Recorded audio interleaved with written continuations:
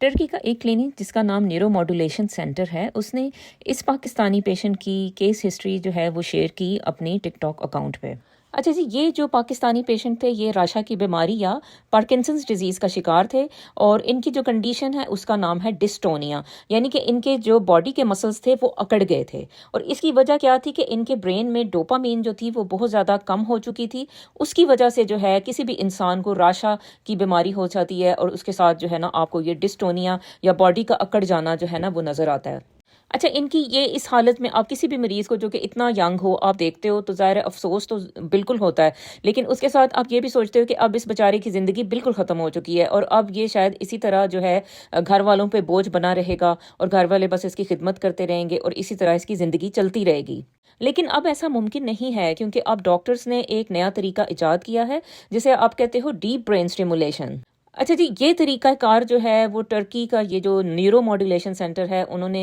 जो है इसको बहुत सक्सेसफुली वो सरअंजाम दे रहे हैं और मेरा ख़्याल है कि ये इतना महंगा भी नहीं है। इस तरीक़ाकार में क्या होता है कि 2 इलेक्ट्रोड्स जो होते हैं वो मरीज़ के ब्रेन में ऑपरेशन के ज़रिए फ़िट कर दिए जाते हैं और वो जो इलेक्ट्रोड्स होते हैं वो एक छोटी-सी बैटरी के साथ अटैच होती हैं और वो बैटरी जो होती है वो उनके जैसे सोचें कि चेस्ट पे लगी हुई होती है। अच्छा जी, मरीज़ के हाथ में एक छोटा-सा रिमोट कंट्रोल होता है और रिमोट कंट्रोल के ज़रिए जो है वो उस बैटरी को ऑपरेट करता है और वो बैटरी क्या करती है कि वो जो है ब्रेन में सिग्नल्स भेजती है या ब्रेन को स्टिमुलेट करती है इलेक्ट्रोड्स के ज़रिए। और वो इलेक्ट्रोड्स क्या करते हैं कि वो ब्रेन में जो डोपामीन होता है वो प्रोड्यूस करते हैं और जब ब्रेन में डोपामीन प्रोड्यूस होता है तो सोचें कि जो उस बंदे की कमी होती है डोपामीन की, वो उससे जो है फिर उसके मसल्स का अकड़ाव ख़त्म हो जाता है और वो मरीज़ जो है वो बिल्कुल ठीक हो जाता है। तो देखें ये कितनी एक सेटिस्फाइंग सी एक जो है ना एक थेरेपी है और एक ट्रीटमेंट है जो कि अब मरीजों के लिए अवेलेबल है। अच्छा, आपको भी ये देखकर खुशी होगी कि ये जो मरीज़ है पहले वाली तस्वीरों में इसकी क्या हालत थी और अभी देखें ये बिल्कुल हीरो लग रहा है और आराम से जो है ये चल रहा है